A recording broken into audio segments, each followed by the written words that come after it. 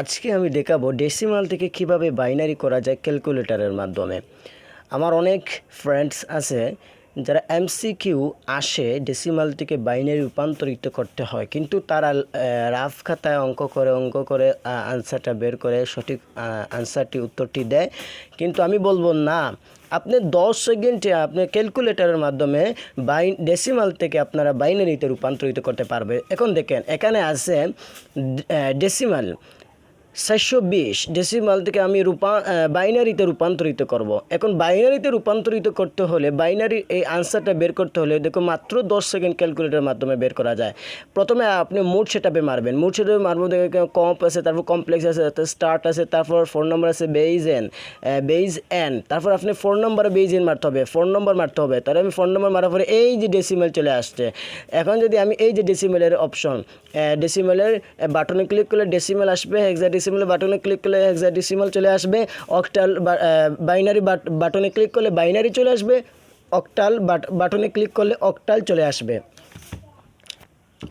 এখন এখানে কিন্তু আমার ডেসিমাল থেকে আমি বাইনারি করতে হবে, তাহলে আমি ডেসিমালের সংখ্যা তুলতে হলে আমাকে ডেসিমালে ক্যালকুলেটর আনতে হবে। তো আমি ডেসিমাল বাটনে ক্লিক করলে ডেসিমাল চলে আসলো। এখন আমি ডেসিমাল সংখ্যা তুলব 420। কত ভাইয়া?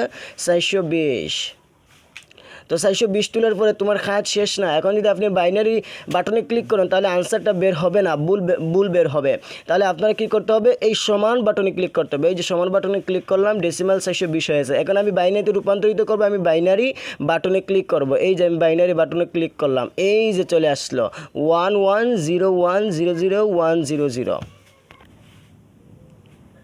এখন আমি 2 নম্বর করব।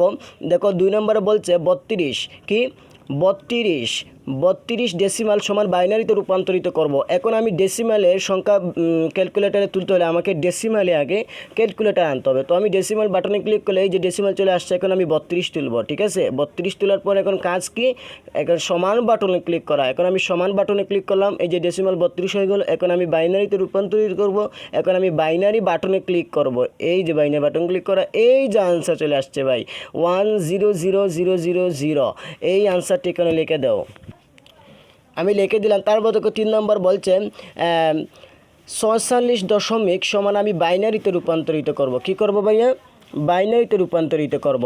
বাইনারি বেজ হচ্ছে 2, এই 2 দ্বারা এই বেজের জায়গা, এই বৃত্তীয় জায়গা 2 দেখলে বুঝবে এটা বাইনারিতে রূপান্তরিত করতে হবে। আর এই 10 দ্বারা কি বোঝায়? 10 বৃত্তি কিসের বৃত্তি? ডেসিমাল বা দশমিকের বৃত্তি। তো দেখো এখানে 46, তখন আমি ডেসিমাল ক্যালকুলেটর করতে হবে। তো আমি ডেসিমালে ক্যালকুলেটর করলাম, এই যে ডেসিমাল ক্যালকুলেটর করার পর তারপর আমি সংখ্যাটা তুললাম 46। এই যে 46 তোলার পর তারপর সমান বাটনে ক্লিক করলাম।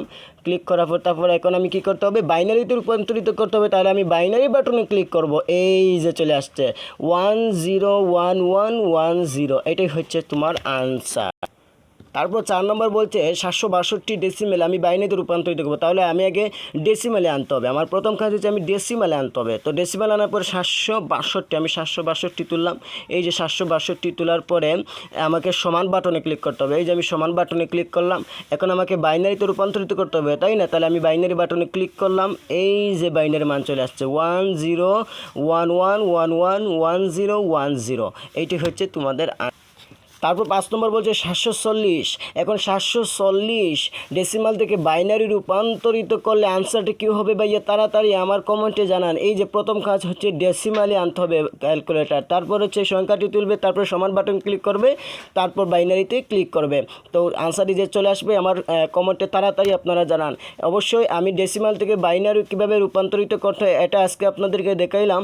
আর আগামী ভিডিওতে আমরা ডেসিমাল থেকে অক্টাল কীভাবে বের করা যায় এটা অবশ্যই দেখাবো ইনশাল্লাহ।